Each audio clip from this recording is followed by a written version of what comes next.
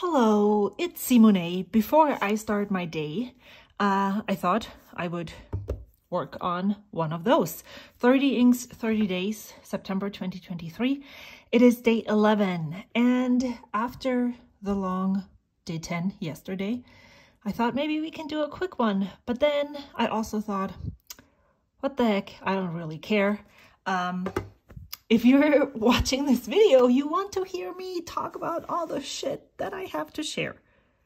So, the first thing I wanted to show you is, this is day 1 through 10. I'm going to turn the page today, so I thought we'd take a quick look at this. I really loved these two colors in theory, but they weren't really that practical. Look at how this looks like. Art, yeah, I can totally see myself using this for some ink splotch or other, but not really for writing. I had hoped I would like Yamaguri more than I did. Maybe it's just not the right brown for me. This one I loved, this one I didn't at all. I'm loving these very loud, very bright colors. In moderation. So when I journal, now I can't find my journal. See, that's something, Roxy, I'm still talking to you. What helped me for the past 8 years was not having an actual craft desk for myself. I had to clean up my mess every day for dinner, before dinner. And so I would never be in that. I would have to have places for everything. So that's an interesting thing, because now I do have places, but I'm too lazy to put things away. So, where is it? Did I journal with it even? Yes, right here. I like it. And then I put another more muted color.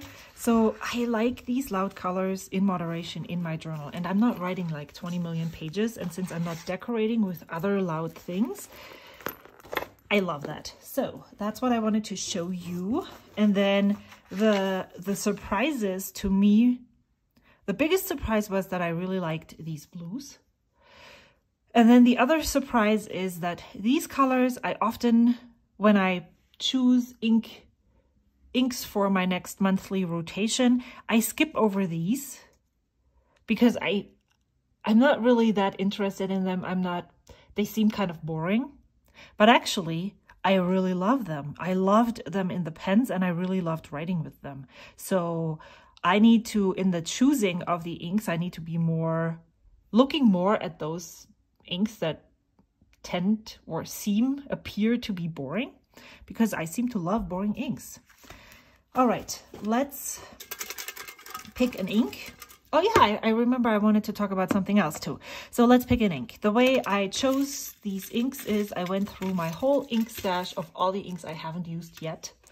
Then I selected 30 of those because there are some inks in my stash that I'm not even curious to explore.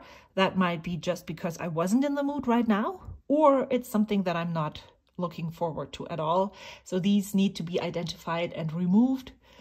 But yeah, and then I cut snippets and papers, and then I put them in this box, and every day I'm picking one. And I already saw it, so let's check what this is. This is Peter Moss, Ferris Wheel Press Peter Moss. My friend Lorelei sent that to me. Peter Moss, nope. Huh. Maybe this is it? No, this is red beans and rice. I'm looking forward to this one. There it is. I guess she didn't, because this is, oh no. So I did something. I think I condensed too. No, I didn't. Which color did you send to me, Lorelei?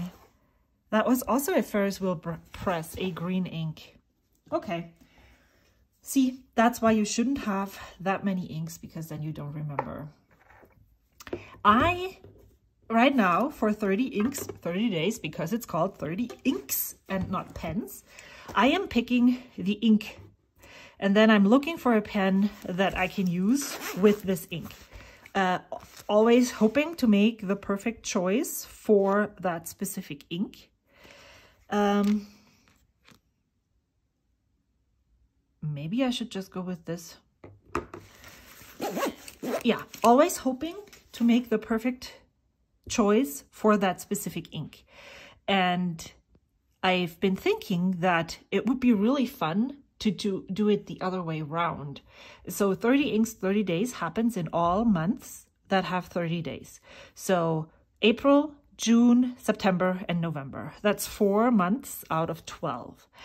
I've been thinking of doing 28 pens, 28 days in February.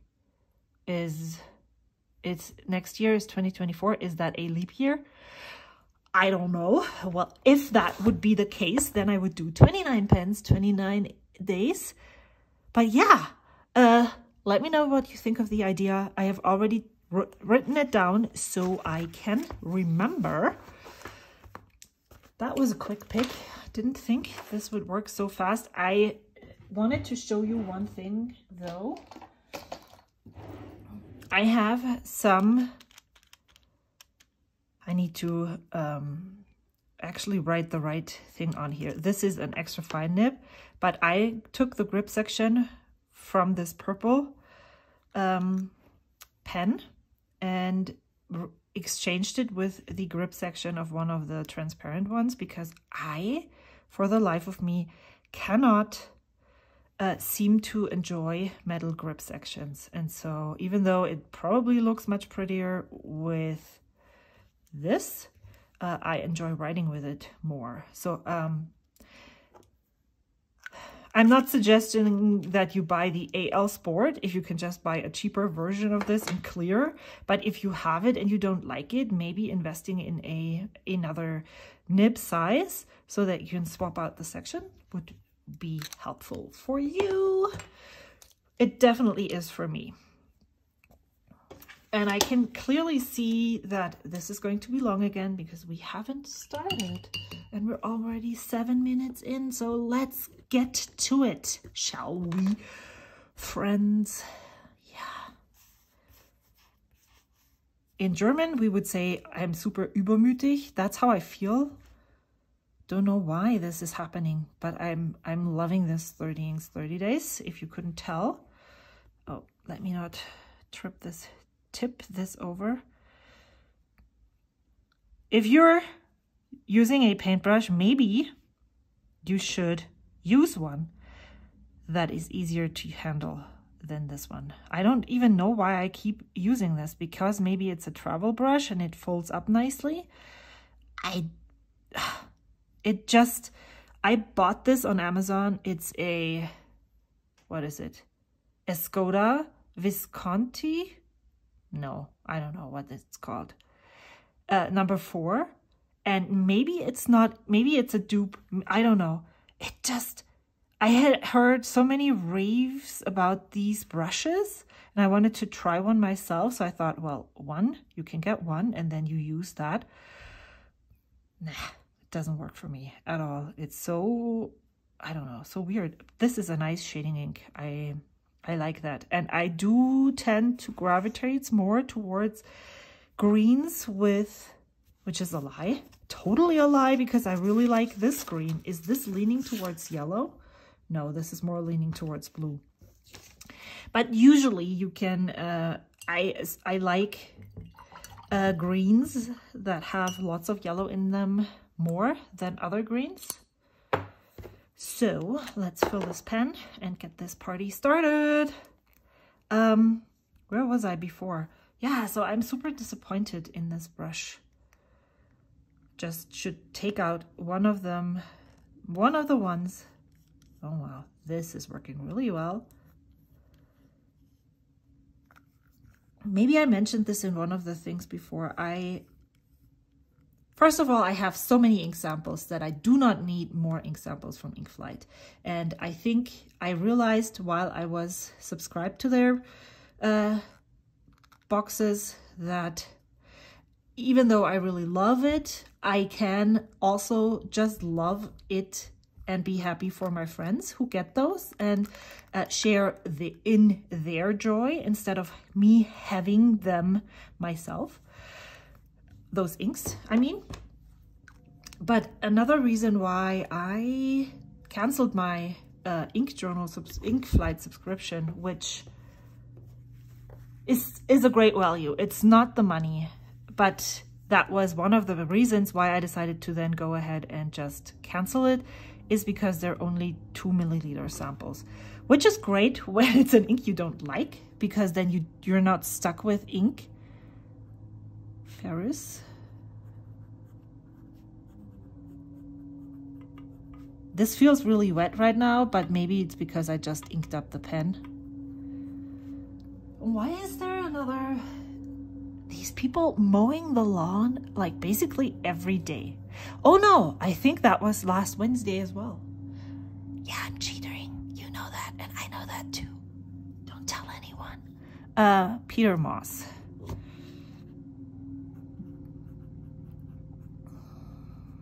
So, yeah. Those 2 milliliters are enough if the ink works out perfectly in the pen, at least for me. In the first pen that I put it in. Now I need to concentrate. AL. Mini. I don't even know. Mini. What does this say? Mini. Oh, this is the same lid cap as every other clear. Mini grape in broad. I will see you later. I forgot to color this in. I just prepped this earlier, and where was I stuck with the ink journal? Yeah, but if it's not a good fit for the pen, and I would love to explore the inks more in my ink journal and all that, then 2 milliliters are quite hard to use, especially when you put it in some of those piston filler pens with number 6 nib sizes. They don't even submerge all the way into the ink, and that's kind of a bummer.